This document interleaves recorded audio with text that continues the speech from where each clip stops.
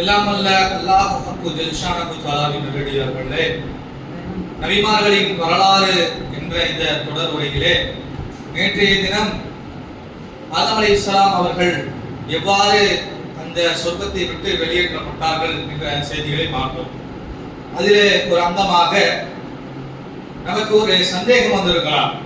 அல்லாஹ் இங்கிலீஷை விரட்டி விட்டுட்டானே, இன்னக ரஜீம், நீ விரட்டப்பட்டவனாக ஆக்கிட்ட, வல்அனத இலா யௌமித்தீன் வல்அனத அலைக இலா யௌமித்தீன், கியாமத் நாள் வரைக்கும் உன் மேல என்னுடைய லானத் இருக்குன்னு சொல்லிட்டானே, பிறகு சொர்க்கத்துக்குள்ள இருந்த ஆதம்கிட்ட எப்படி போனாரு, எப்படி போயிட்டு பேசினாரு என்ற சில சந்தேகங்கள் நமக்கு இருக்கும். இது சம்பந்தமாக சில தெளிவையும் நம்ம பார்த்திருப்போம். எப்படி இப்லீஸ் அவன் சொர்க்கத்துல அவன் தடை செய்யப்பட்டனால, பால் செய்யப்பட்டனால அவன் என்ன செய்யறான்னு சொன்னா, ஒரு சொர்க்கத்துல சுற்றிட்டு இருக்கக்கூடிய ஒரு மயிலை பிடிக்கின்றான். ஒரு மயிலை பிடிச்சி இப்படி இப்லீஸ் கிட்ட போய் ஆதம் போய் நான் சொல்றதா சொல்லு, இந்த வசனங்கள்லாம் அகுழ்தல் லா யகுலா மலக்கைனி, அதாவது அந்த பழத்தை சாப்பிட்டாருன்னா மலக்காயிருவாரு, இல்ல மரணம் இல்லாத நிரந்தரமான ஒரு வாழ்க்கைய ஆதம் வாழக்கூடிய அப்படிங்கிற விஷயத்த ஒரு மயிலை பிடித்து மயிலிடம் இப்லீஸ் சொல்லிவிட்டான். இந்த மயில் என்ன பண்ணுச்சுன்னா, நான் நேரடியாக சொல்ல முடியாது, என் கூட்டாளி ஒருத்தர் இருக்கான், பாம்பு ஒருத்தர் இருக்கிறான், அந்த பாம்பு கிட்ட நான் சொல்லி விடுறேன்னு சொல்லி அந்த பாம்பு கிட்ட சொன்னதாகவும், அந்த பாம்பு தான் இப்லீஸை அவன் வாய்க்குள்ள ஒளிச்சு வச்சுட்டு ஆதம் அலைஹிஸ்ஸலாத்திட்ட கொண்டு போனது என்று சில தஃப்சீர்களை பார்க்கலாம். இதெல்லாம் கேட்கும் போதே தெரியுது இது வந்துட்டு எந்த அளவிற்கு உண்மையாக இருக்கும் என்று. மயில் இருந்துச்சான், பிறகு அந்த தஃப்சீரோட கடைசியில வரும், அல்லாஹ் தஆலா எல்லாத்தையும் பிடிச்சி தண்டனை கொடுத்தாங்க, இப்லீஸ் விரட்டி விட்டுட்டான், ஆதம் அலைஹிஸ்ஸலாத்தை சாப்பிட்டதற்கு காரணமாக ஆதம் அலைஹிஸ்ஸலாத்தை சொர்க்கத்தை விட்டு வெளியேற்றிட்டான்ல, இந்த மயிலுக்கும் பாம்புக்கு ஏதாவது தண்டனை கொடுக்கணும்ல, அதனால அல்லாஹ் என்ன செஞ்சானா, பாம்புக்கு கால் இருந்துச்சு முன்னாடி, வரிசையா அந்த ரயிலுக்கு சக்கரம் இருக்கிற மாதிரி பாம்புக்கு வரிசையாக கால் இருந்தது. இந்த காரணத்துல இப்லீஸை கூட்டிட்டு போய் ஆதம்கிட்ட விட்டனால எப்படி அல்லாஹ் தஆலா சொர்க்கத்துக்குள்ள நுழையக்கூடாதுன்னு சொல்லிட்டானாமா, போயிட்டு அது ஒரு மயிலுக்கிட்ட ஹெல்ப் கேட்குது.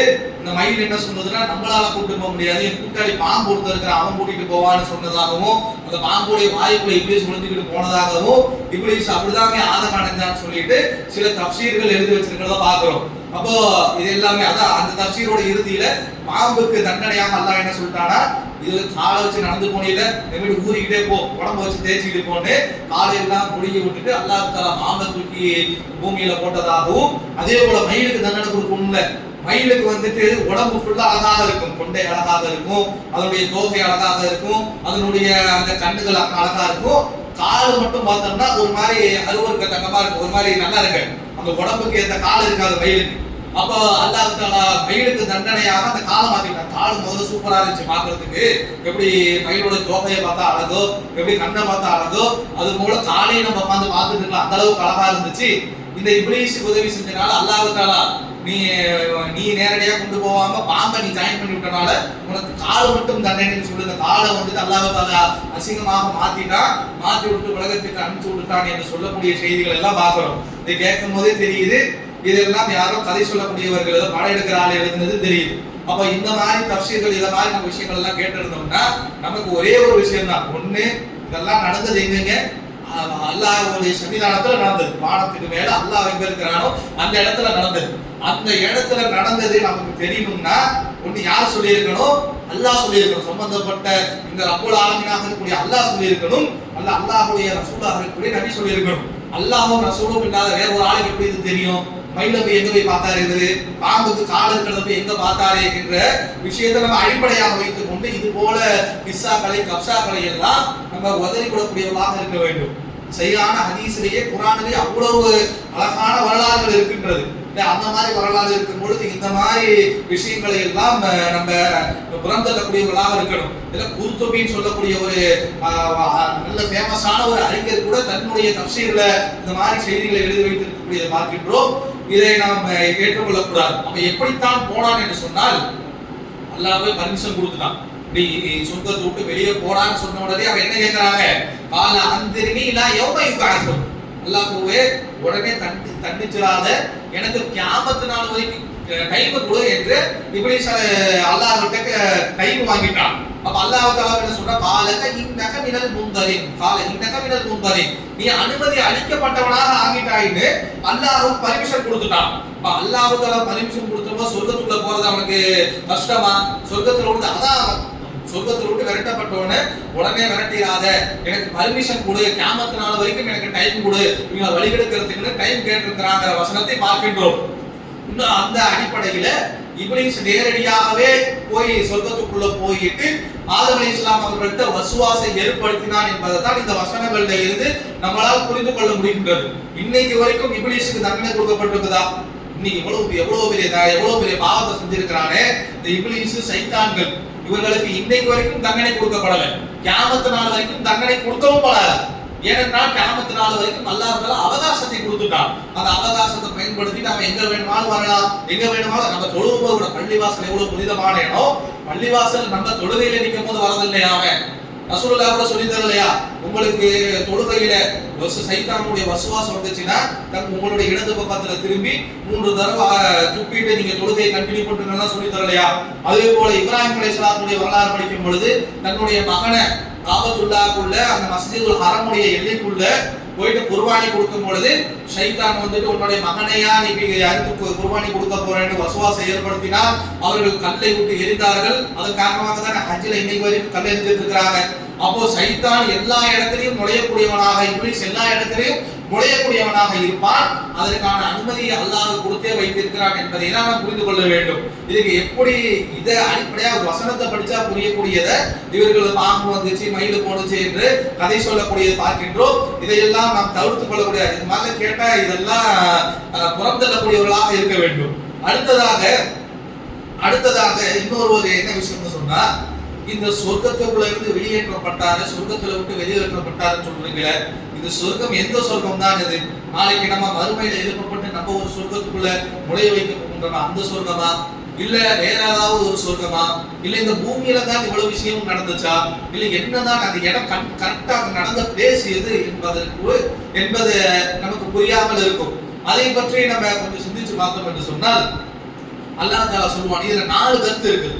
ஒண்ணு, ஒரு சில அறிஞர்கள் என்ன சொல்றாங்கன்னா, எந்த சொர்க்கத்திற்கு நாளைக்கு நம்ம எல்லாம் போய் நுழைய இருக்கின்றோமோ அந்த சொர்க்கத்துல தான் இவ்வளவு விஷயம் நடந்துச்சு, அந்த சொர்க்கத்துல தான் ஆதம் வசிச்சாரு, அந்த சொர்க்கத்தை விட்டு தான் வெளியேற்றப்பட்டு பூமிக்கு இறங்கினாருன்னு ஒரு சில அறிஞர்கள் சொல்லுகிறார்கள்.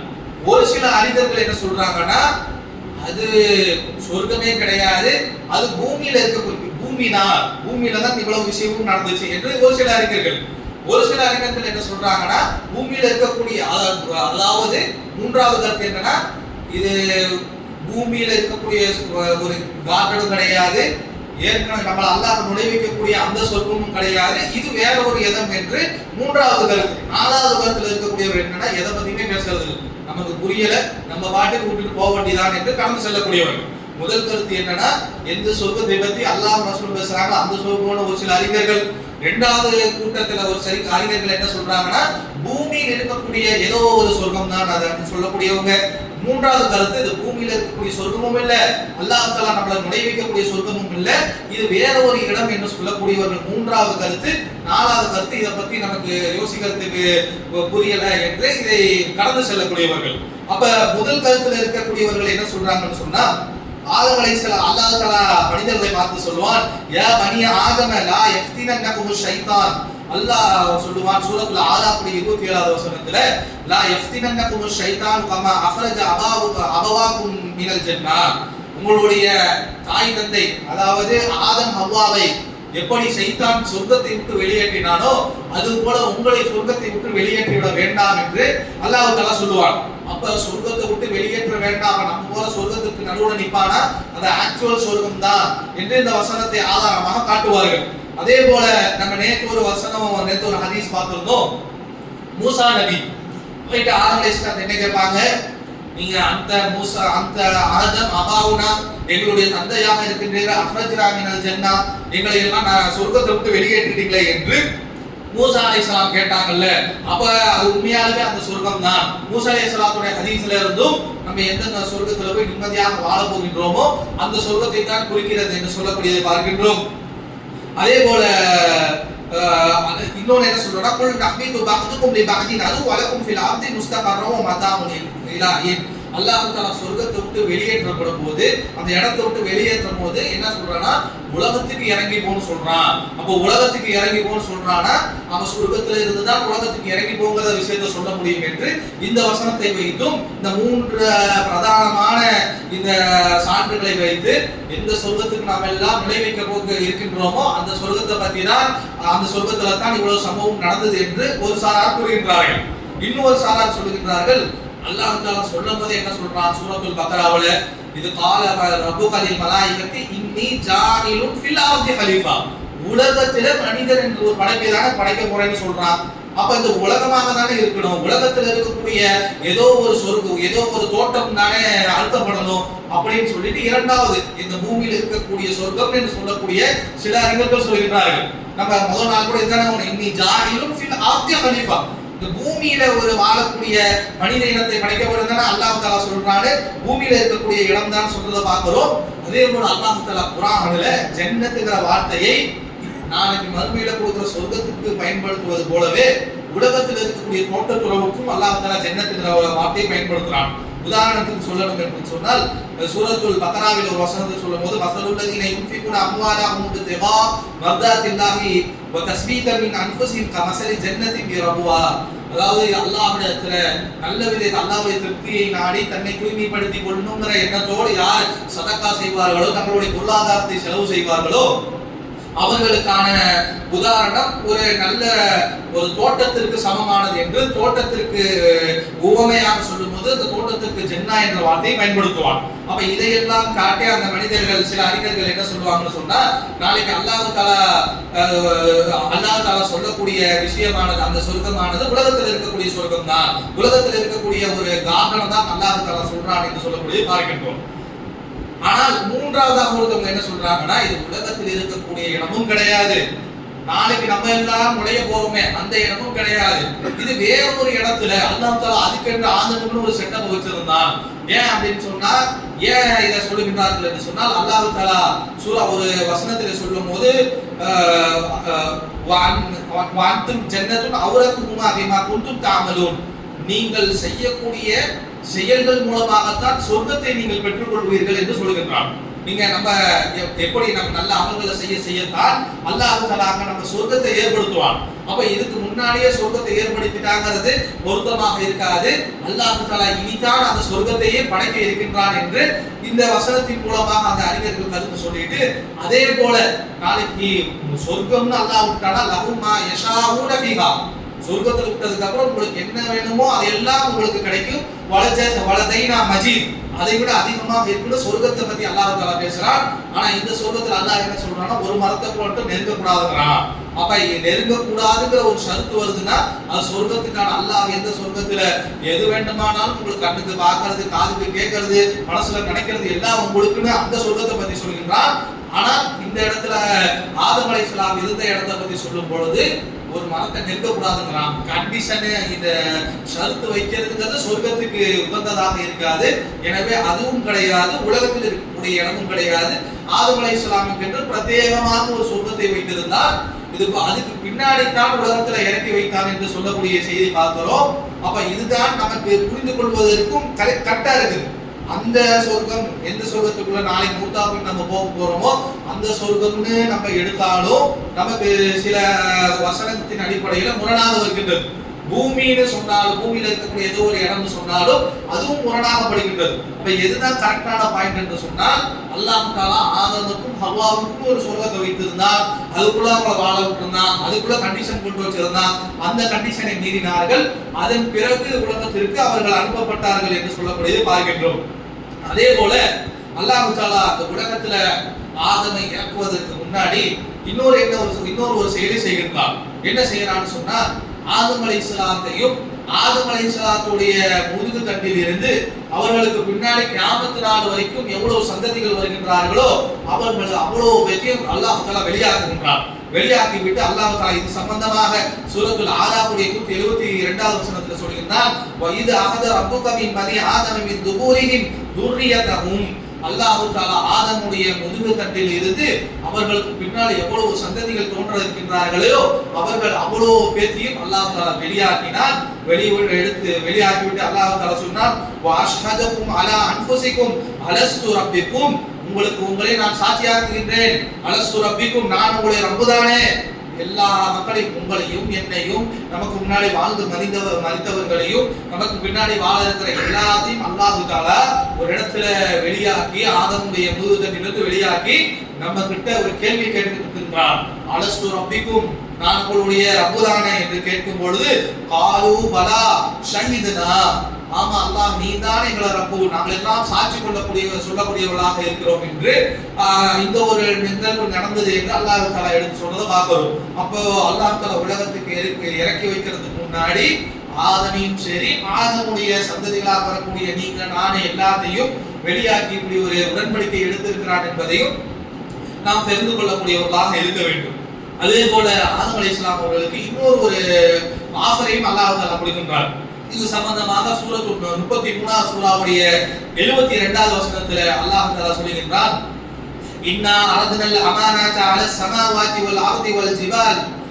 அல்லாஹ் தஆலா ஒரு அமானத்தை, ஒரு ஆஃபரை, ஒரு விஷயத்தை என்ன செய்யறான்னு சொன்னா வானத்திற்கும் பூமிக்கும் மலைகளுக்கும் வேணுமான்னு கேட்கறான். இதை எடுத்துக்கிறியா, இந்த ஆஃபரை நீ ஏத்துக்கிறியான்னு கேட்கின்றான். ஃபஅபவைனா அன் யஹ்மில்னாஹா ஃபஅஸ்ஃபைனா மின்ஹா. அதுல அதை ஏற்றுக்கொள்வதில் இருந்து மலைகளும் வானமும் பூமியும் என்னென்ன மற்ற ஜீவராசிகள் இருக்கோ எல்லாமே அந்த ஆஃபரை ஏத்துக்கிறதுக்கு, அந்த கண்டிஷனை, அந்த விஷயத்தை ஏற்றுக்கொள்வதற்கு அஞ்சி நடுங்கின ஹமலஹல் இன்சான், மனிதன் மட்டும் அதை எடுத்துக்கொண்டான் என்று சொல்றத பார்க்கிறோம். அப்ப அல்லாஹ் தஆலா மனுஷனை பூமிக்கு இறக்கிறதுக்கு முன்னாடி இப்படி ஒரு ஆஃபரை கொடுக்கின்றான்.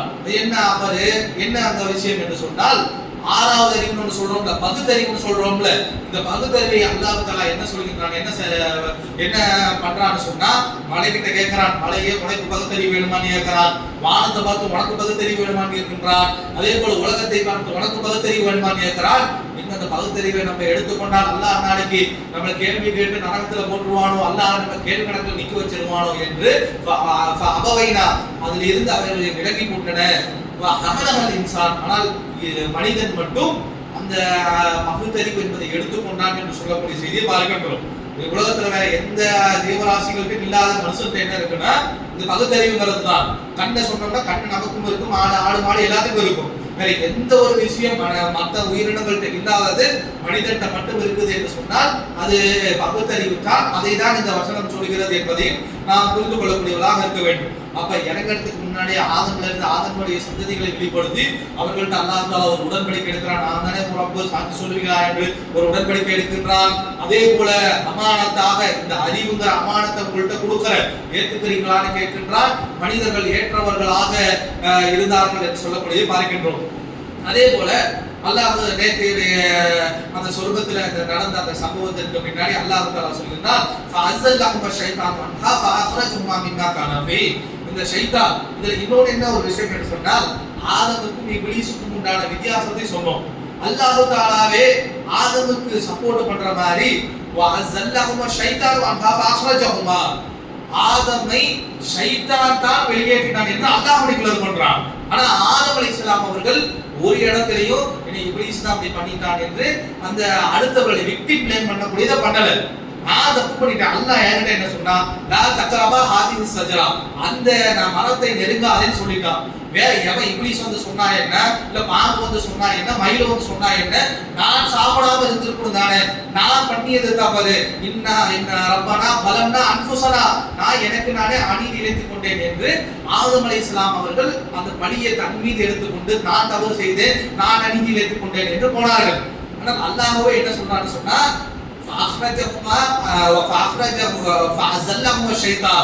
ஷைத்தான் அவர்கள்ட்ட இந்த வசுவாசை போட்டு அவர்கள் வெளியேற்றியது ஷைத்தான் தான். முன்னாடி பார்த்த வசனத்துல பார்த்தோம், ஷைத்தான் அவர்களை வெளியேற்றியது போல உங்களே அவர்கள் வெளியேற்ற விட வேண்டாம் என்று அல்லாஹ் தஆலா ஷைத்தான் மீது தான் குற்றத்தை சுமத்துகின்றான்.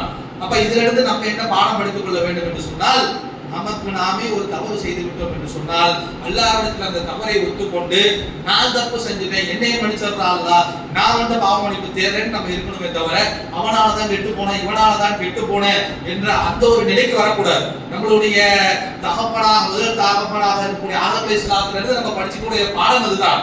அவர் நினைச்சு எவனோ ஒருத்தர் வழிகெடுத்து விட்டான், வழிகெடுத்தவனை குறிச்சு அவனாலதான் ஒழிஞ்சு போச்சு, அவனாலதான் நாசமாக போயிட்டேன்னு பேசாம நம்மள என்ன பண்ணிட்டு இருந்தோம், நம்மள்கிட்ட கட்டுப்பாடு எங்க போனுச்சு என்ற ஒரு விஷயத்தை ஆதம் அலைஹிஸ்ஸலாத்துல இருந்து படிக்கக்கூடியவர்களாக நாம் இருக்க வேண்டும்.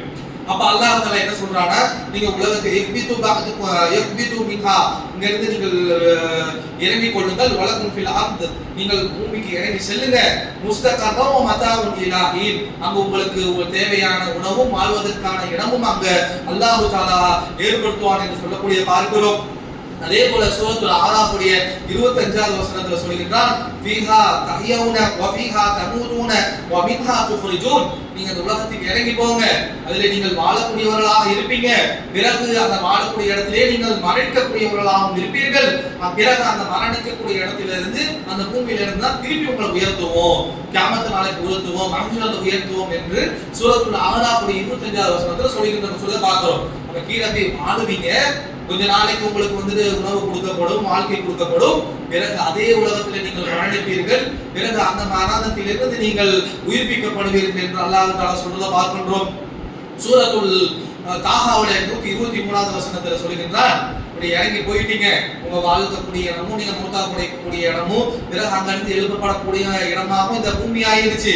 அந்த பூமி அந்த வாழக்கூடிய நேரம் இருக்குல்ல, அந்த வாழக்கூடிய நேரத்திற்கு உங்களுக்கு நேர்வழியாக அல்லாஹ் தஆலா என்ன செய்யறான்னு சொன்னா நேர்வழியை அனுப்புகின்றான். ஃபமன் மணி قال يهبط منها جميعا ذاقتكم لبعض عدو فإما يأتينكم مني هدى فمن اتبع هداي فلا يضل ولا يشقى. நீங்கள் பூமிக்கு இறங்கி போங்க, ஒண்ணும் கவலைப்பட வேண்டாம், பாவத்துக்கு மன்னிப்பு கேட்டுட்டீங்க, ஃபதாப அலைக்கும் உங்களை நான் மன்னித்து விட்டேன், நீங்க எப்படி வாழணும், அல்லாஹ் பிடிச்ச மாதிரி எப்படி வாழணும், ஓரிரை கொள்கைவாதியாக எப்படி வாழணும் என்பதை உங்களுக்கு அல்லாஹ் தஆலா நேர்வழி மூலமாக காட்டுவான். என் புறத்தில் இருந்து நேர்வழி வரும். யார் அந்த நேர்வழியை பின்பற்றுவார்களோ அவர்கள் அவர்கள் வழிகேட்டில் செல்ல மாட்டார்கள், வலா யஸ்கா, அவர்கள் எந்த ஒரு சஃபரிங் கிடையாது, எந்த ஒரு கஷ்டத்தையும் அவர்கள் பட வேண்டியது கிடையாது என்று அல்லாஹ் தஆலா சொல்றதை பார்க்கின்றோம். சொல்லிட்டு அல்லாஹ் தொடர்ந்து சொல்கிறான், வமன் ஆதரத அன் திக்ரிஹி ஃபஇன்ன லஹு மஹீஷத்தன் தன்கா வ நஹ்ஷுருஹும் யௌமல் கியாமத்தி அமா. இப்படி நாம் இறக்கிய அந்த நேர்வழியில் இருந்து யாராவது தவறி போவீர்கள் என்று சொன்னால் அவர்களுடைய வாழ்க்கையானது குறுகலாக மாறிவிடும். அவரை திருப்பி அல்லாஹ் தஆலா கியாமத் நாளில் எழுப்பப்படும் போது அகமாவாக குருடராக எழுப்பப்படுவார் என்று அல்லாஹ் தஆலா சொல்லக்கூடியது பார்க்கின்றோம். அப்ப இந்த இடத்திலிருந்து அந்த ஆதம் அலைஹிஸ்ஸலாம் அவர்கள் எப்படி இறக்கப்பட்டார்கள், என்ன சொல்லி இறக்கப்பட்டார்கள் விஷயம் எல்லாம் முடிகின்றது. அடுத்தது ஆதம் அலைஹிஸ்ஸலாம் அவர்கள் பூமிக்கு வர, பூமியில எங்க இறங்குறாங்கன்னு சொன்னா, அதுக்கு முன்னாடி அல்லாஹ் தஆலா எந்த ஒரு மனிதரை எந்த ஒரு நபியை நபியாக சொல்வதாக இருந்தாலும் ஒரு வசனத்துல சொல்லிடுவாங்க. நூஹ் நபியாக இருந்தாரு, அதே போல ஈசா அலைஹிஸ்ஸலாம் நபியாக இருந்தாங்க என்று சொல்லிடுவார், அல்லாஹ் தஆலா குர்ஆன்ல சொல்லிடுவார். ஆனால் ஆதம் அலைஹிஸ்ஸலாத்தை பொறுத்த வரைக்கும் குறிப்பிட்ட அப்படி ஒரு வசனத்தை சொல்லல. ஆனால் அல்லாஹ் தஆலா நபிமார்களுக்கு என்ன வார்த்தையை பயன்படுத்துவானோ அது போல வார்த்தையை தான் ஆதம் அலைஹிஸ்ஸலாம் அவர்களுக்கும் பயன்படுத்தி இருக்கின்றார். அப்ப பயன்படுத்தி இருக்கிறாங்க. அதை வச்சு பார்க்கும்போது ஆதம் அலைஹிஸ்ஸலாம் அவர்களும் டிஃபால்ட்டாக ஒரு நபியாக இருந்தார்கள் என்பதை நம்மளால் புரிந்து கொள்ள முடிகிறது. உதாரணத்துக்கு சூரத்துல் ஆல இம்ரானுடைய 33வது வசனத்தில் அல்லாஹ் தஆலா சொல்வார், இன்னல்லாஹ ஸ்தஃபா ஆதம வ நூஹு, இன்னல்லாஹ ஸ்தஃபா ஆதம், அல்லாஹ் தஆலா ஆதமை தேர்ந்தெடுத்துக் கொண்டார் என்ற வார்த்தையை பயன்படுத்துகின்றான். இந்த இஸ்தஃபா முஸ்தஃபாங்கிற வார்த்தையை அல்லாஹ் யார் பயன்படுத்துவானா, நபிமார்களுக்கு மட்டும்தான் பயன்படுத்துவான். அப்ப இந்த வார்த்தையின் மூலமாக ஆதம் அலைஹிஸ்ஸலாம் அவர்கள் நபி என்பதை நம்மளால் புரிந்து கொள்ள முடிகின்றது. அதே போல இவர்கள் எங்க இறங்கினார்கள் என்ற சில தகவல்கள் எப்படி இருக்குதுன்னு சொன்னா, ஆதம் அலைஹிஸ்ஸலாம் அவர்கள் இன்னைக்கு இருக்கக்கூடிய ஸ்ரீலங்கா, இந்த ஸ்ரீலங்காவை அரபு வணிகர்கள் என்ன சொல்லுவாங்கன்னா செருந்தீப்புன்னு சொல்லுவாங்க, செருந்தீப்பும்பாங்க. செருந்தீப்புன்னு இருந்ததை தான் வெள்ளக்காரன் என்ன பண்ணா சிலோன்னு மாத்துறான். சிலோன்னு மாத்துனதுல இருந்து தன்னாட்சி பெற்றதுக்கு அப்புறம் அவன் ஸ்ரீலங்கான ஒரு ஊர் பேரை மாத்திக்கிட்டான். அப்ப அந்த செருந்தீப்புல இன்னைக்கும் ஆடம்ஸ் பீக், ஆதமுடைய மலை உச்சி என்று ஒரு எண்ணம் இருக்கும். அந்த இடத்துல தான் ஆதம் அலைஹிஸ்ஸலாம் அவர்கள் இறங்கினாங்க.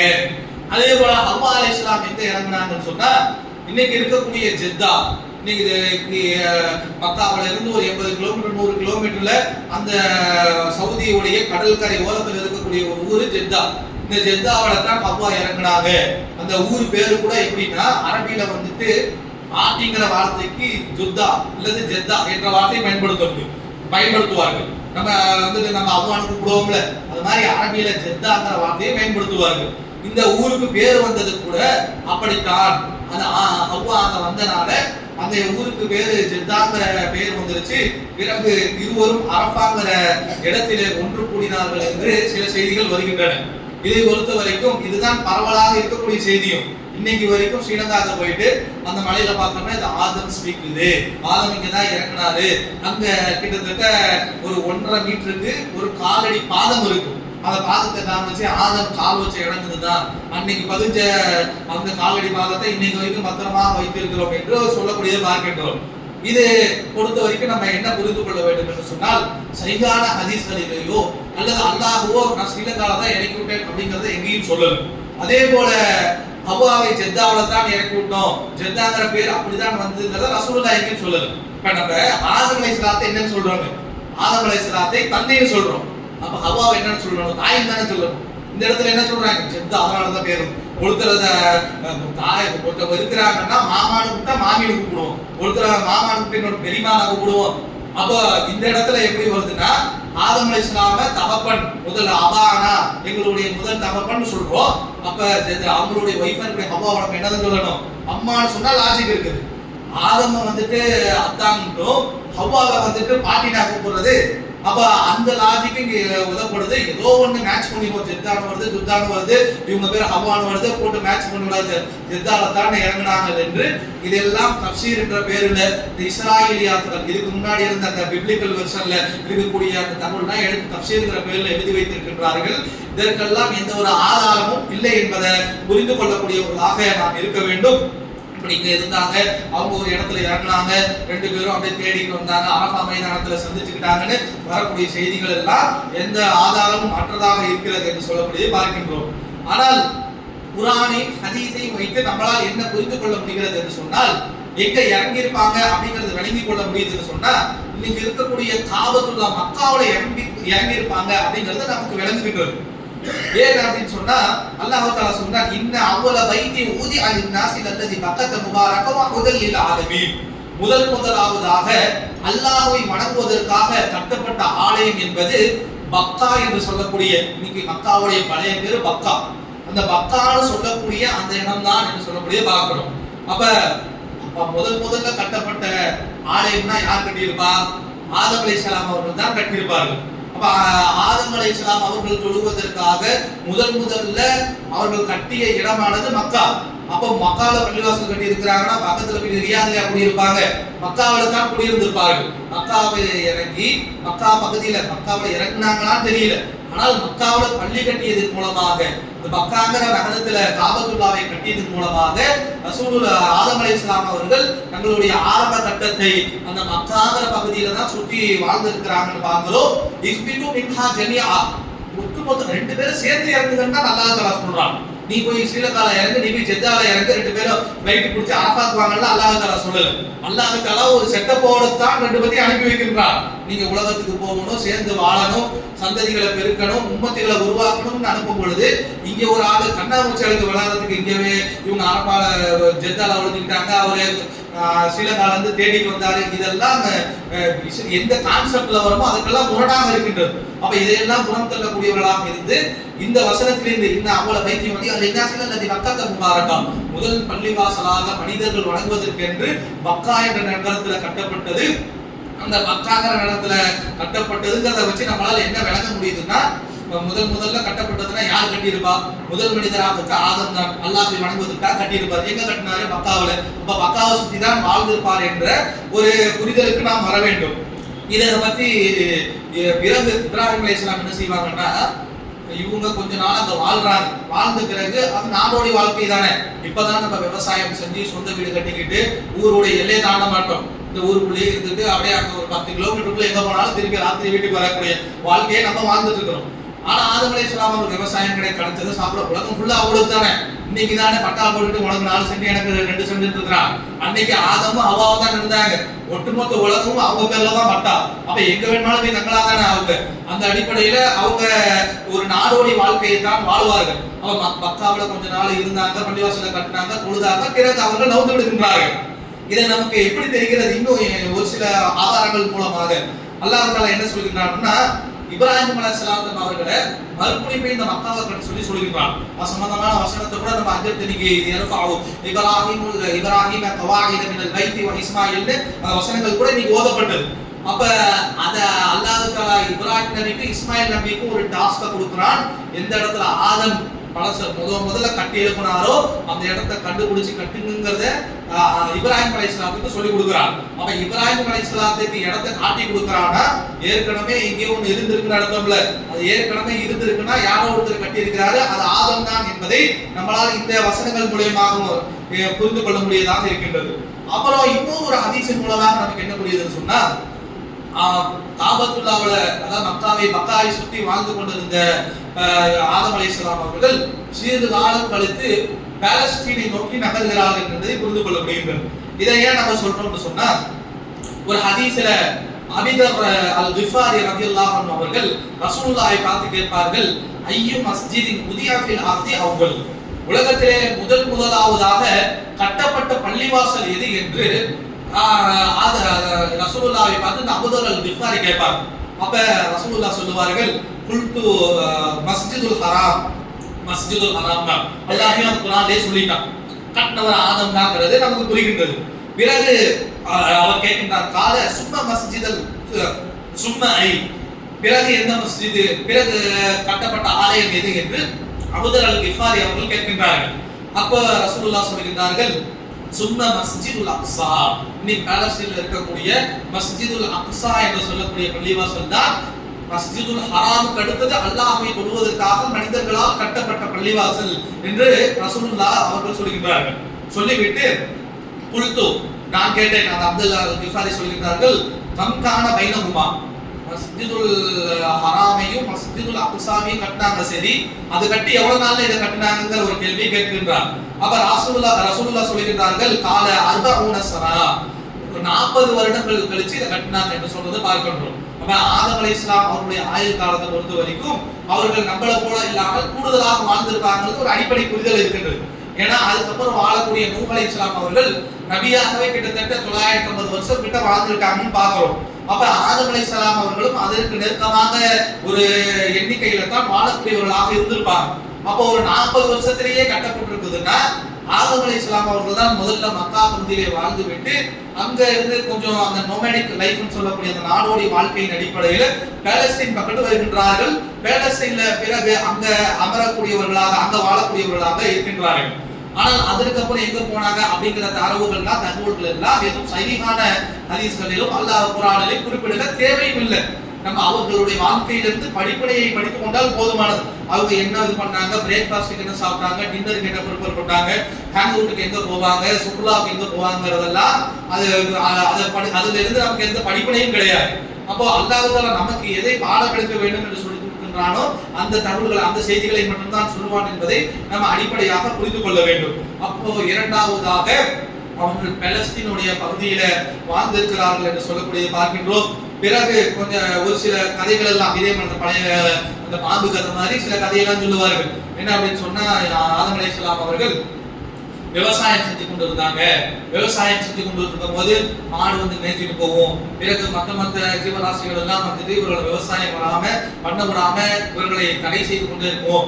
என்னடா கண்டுபிடிச்சா பின்னாடி இபிலிஸ் வந்துட்டு ஆதம வாழக்கூடாது, அவர் நிம்மதியா இருக்கக்கூடாதுன்னு இபிலிஸ் தான் அந்த மாடு எல்லாம் மேய்க்கிற வேலையை பார்த்திருக்கிறாரு. ஒரு சில தஃசீர்கள் வரும். தஃசீர்னா ஏதோ ஒரு தஃசீர் இல்லை, இப்னு கஸீர், குர்துபி போன்ற மிக முக்கியமான அறிஞர்கள் எழுதக்கூடிய தஃசீர்களிலே இது போல கட்டுக்கதைகள் தப்சாக்கள் இருக்கக்கூடியதெல்லாம் நம்மளால் பார்க்க முடிகின்றது. இரண்டாவது கஸஸுல் அன்பியான் ஒரு கிதாப் கூட இருக்கு, நபிமார்களுடைய வரலாறு. இதுலயும் இது போல கட்டுக்கதைகள், இது போல லாஜிக் அறிவுக்கு எட்டாத செய்திகளை அடிச்சு விட்டக்கூடிய செய்தி பார்க்கிறோம். இப்ப நம்ம அடிப்படையாக என்ன ஒரு புரிதலை வச்சுக்கணும்னா, வரலாறை படிக்கிறோம் என்று சொன்னால் மிகவும் நம்ம கேர்ஃபுல்லாக இருக்கணும். இஷ்டத்திற்கு ஒரு விஷயம் உண்மையா சரியான அதிசயத்தை எடுத்தோம்னா 9 விஷயம் அவர்கள் தங்களுக்கு மனப்போக்குல எழுதியிருக்கிறாங்க என்றதை பார்க்கின்றோம். கேட்டா அங்கிருந்து இஸ்ராயேலுக்கு ரிவாயத்துல வந்தது, இது ஏற்றுக்கொள்ள வேணும்னா ஏற்றுக்கொள்ளலாம், வேணாட்டி ஏற்றுக்கொள்ள வேண்டாம் அப்படின்னு சொல்லிட்டு இது மாதிரி செய்திகள் எல்லாம் வைத்திருக்கக்கூடியது பார்க்கின்றோம். வரலாறை கற்றுக்கொள்ளும் பொழுது மிக நம்ம கேர்ஃபுல்லாக இருக்க வேண்டும் என்று சொல்லக்கூடியதை பார்க்கின்றோம். இன்ஷா அல்லாஹ் இதனுடைய தொடர்ச்சியை நாளை பார்ப்போம். அஸ்ஸலாமு அலைக்கும் வரஹ்மத்துல்லாஹி வபரகாத்துஹு. இதோட கூடுதலாக ஒரே ஒரு அறிவிப்பு, நம்ம போன வருஷம் இதே மாதிரி தான் தொடர் பயானை நடத்தி இறுதியாக ஒரு தேர்வு வைத்து அந்த தேர்விலே அதிக மதிப்பெண் எடுத்தவர்களுக்கெல்லாம் பரிசு கொடுத்து ஆர்வமூட்டக்கூடிய ஒரு செயலை செஞ்சிருக்கிறோம். அதே மாதிரி இந்த வருஷமும் ஏற்பாடு செய்யப்பட்டிருக்கின்றது. இது இது இந்த ரிவிஷன் எல்லாம் உங்களுக்கு வேணும்னு சொன்னாங்க, பேசினதெல்லாம் இந்த சப்ஜெக்ட்ல இருந்தா கேள்விகள் கேட்கப்படும். இதை நீங்க ரிவைஸ் பண்ணணும்னு நினைச்சா நம்ம இமாமுடைய யூடியூப் சேனல் இருக்கு, பேசிக் குரான் பேசிக் பயான்ங்கிற அந்த யூடியூப் சேனல்ல உங்களுக்கு அந்த வீடியோ எல்லாம் கிடைக்கும். இன்ஷா அல்லாஹ் அதை நீங்க சப்ஸ்கிரைப் பண்ணிக்கங்க, வரக்கூடிய வீடியோஸ் எல்லாம் லைக் பண்ணிக்கங்க. கண்டிப்பா கடைசி எக்ஸாம்ல நம்ம அஜரத்துடைய யூடியூப் சேனலை பத்தி சில கேள்விகள் இருக்கும். சப்ஸ்கிரைப் பண்ணியிருந்தீங்கன்னா அதுக்கு தனி மார்க் இருக்குது என்பதையும் இந்த இடத்துல நம்ம தெரிவித்துக் கொள்கின்றோம். அஸ்ஸலாமு அலைக்கும்.